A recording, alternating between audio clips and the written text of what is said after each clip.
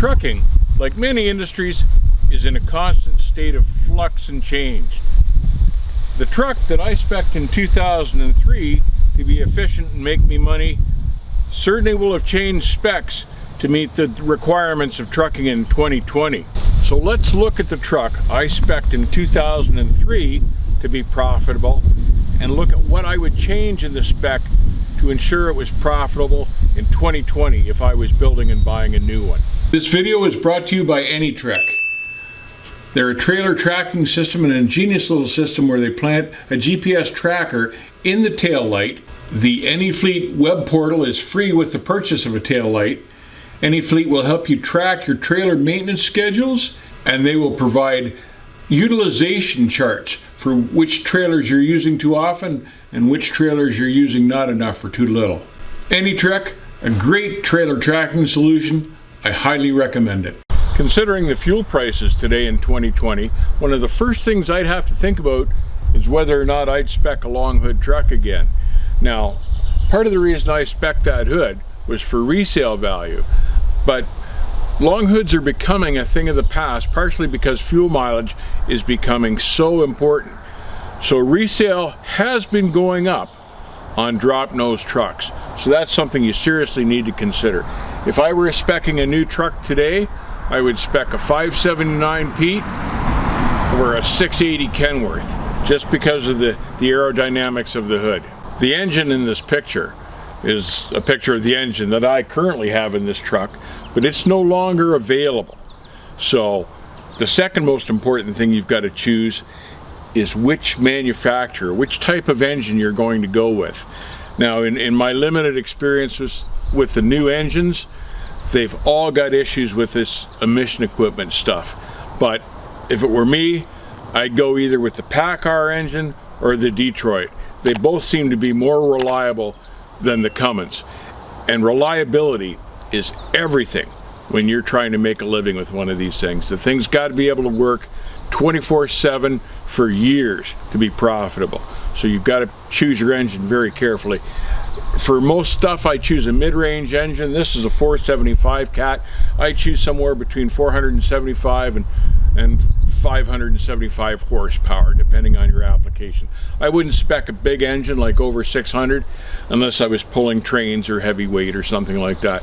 You want to get some fuel efficiency out of this engine, so I'd spec what I call a mid-range engine anymore. Now, a lot of guys will have their own preference on which engine they choose, and a lot of it has to do with where you live and where you're going to be getting your truck work done when you're home. And that's very important too.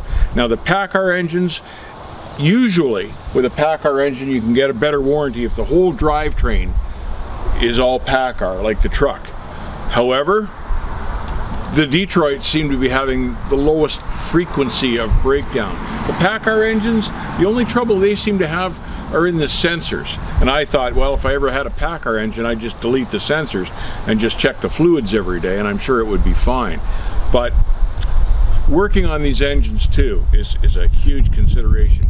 Now, if you're going to tear down one of these engines to have to repair or rebuild it, Cummins is still the cheapest way to go. So, depends on how long you want to keep it, how hard you're going to use it, the type of application you're going to use it for.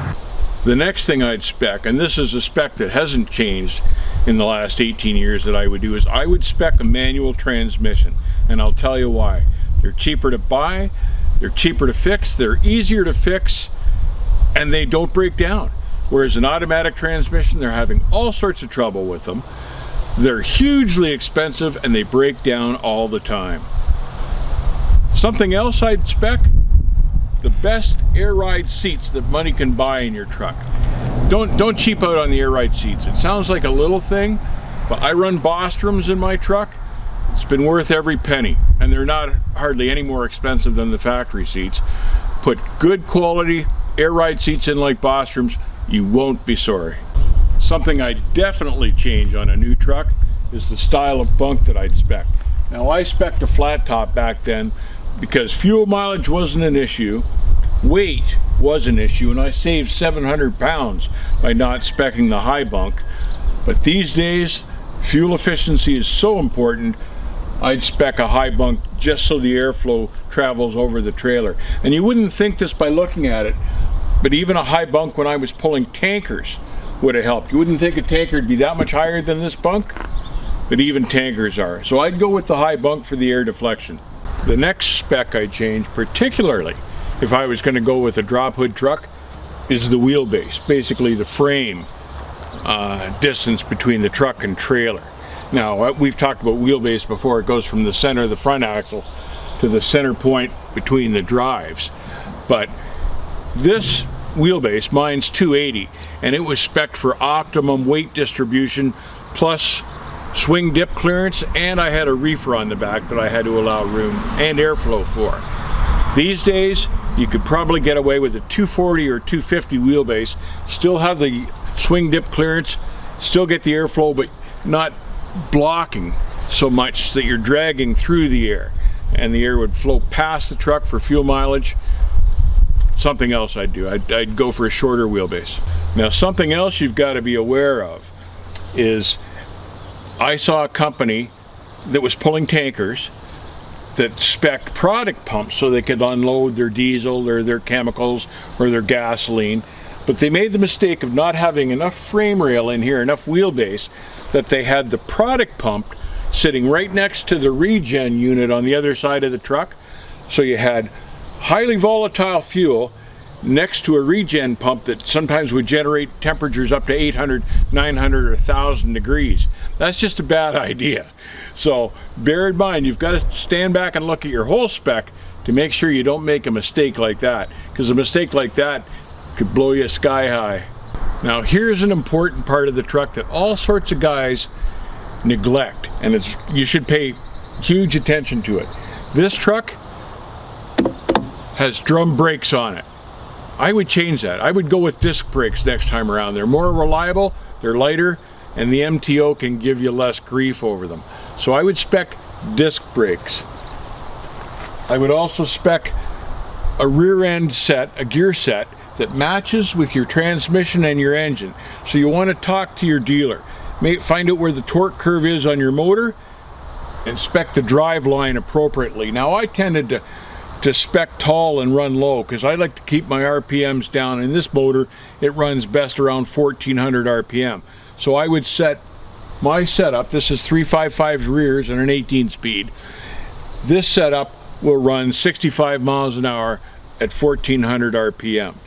And that's where I like this cat engine to run. Some of the newer ones now get their best torque around 1200 RPM.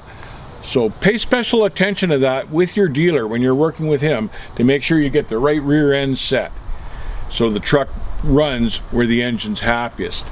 Something else I've done here is I've spec'd 24/5 tires, and that's always been, that's considered kind of an old-fashioned thing now, but I did it for a couple of reasons, and those reasons still hold valid today. The bigger the tire, the more distance you get out of one revolution, and the longer the tire will last. I know that the thing is now to go with the low pro tires, it lowers the truck, it allows less air to pass underneath the truck, so the truck runs a little hotter. You run over something on the road, the lower truck will whack it, where a higher truck won't, and your tires will last longer if you spec big rubber. So I know the lower ones look cool, I don't see it, I wouldn't do it. Something else I'd spec again are the best quality aluminum wheels money can buy. Those are Alcoa rims. Don't cheap out on the rims. Rims are expensive. You don't want them breaking, because when they do break, they always break in the middle of nowhere at the worst time. So I get the best rims available, which are Alcoas. And something else that I would not do, and I know it's trending now these days, are the super single tires. I would not spec super single tires, and I'll tell you why.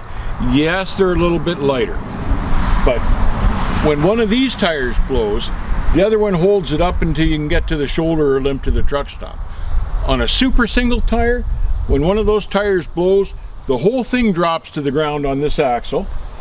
The rim rubs on the ground and chews up the rim, so you're needing a new tire, a new rim, and a very expensive service call, because you can't limp it anywhere because it's sitting on the ground.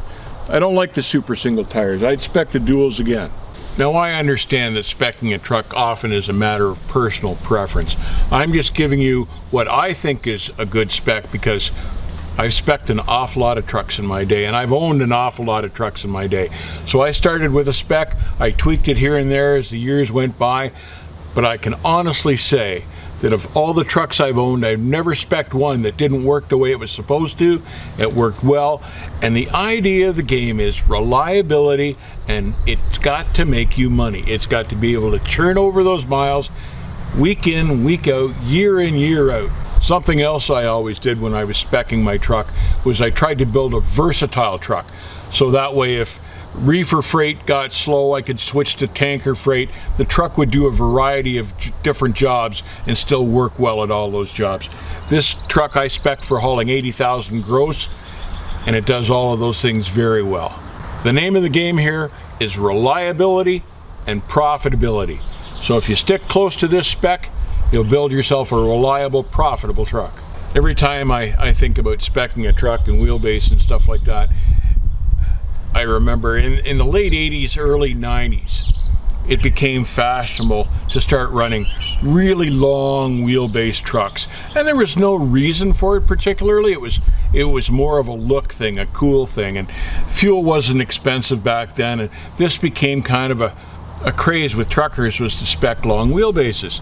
And I remember crossing over the border and heading east. I was on my way home, and I just passed the scale and it was closed, and I was relaxing. I had another 200-mile drive before my next turn basically. And I was just sitting back, cruising along, and my friend Mike Davison, I hadn't seen him behind me, but he'd been catching up to me, and he pulled up beside me, and I saw him go by, and you could recognize his truck very easily. It was very, very distinct, very recognizable.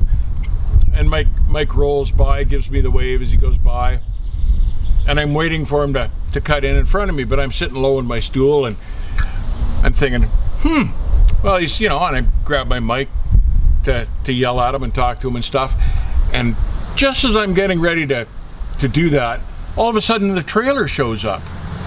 And the trailer starts going by my window, and it seemed like there was a quarter mile between his truck and his trailer. And he'd been down south and he'd stretched the frame down in Arizona or someplace, I guess. And I couldn't believe how long the damn thing was.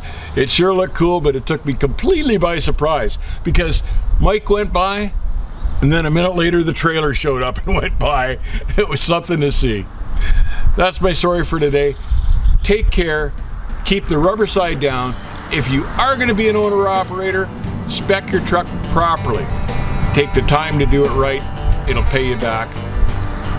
And we'll see you on the back haul. Hey guys, one last thing. If you enjoyed the banger of a tune that you heard at the beginning of the video, make sure you check out H27's information in the description below. They're a bunch of really cool dudes. Their bass player was actually a truck driver for quite some time, so that's actually pretty cool. So yeah, if you want to check out their YouTube channel and their music, information again will be in the description below. Again, thank you to H27 for letting us use their music. Really appreciate that, guys. Thanks so much.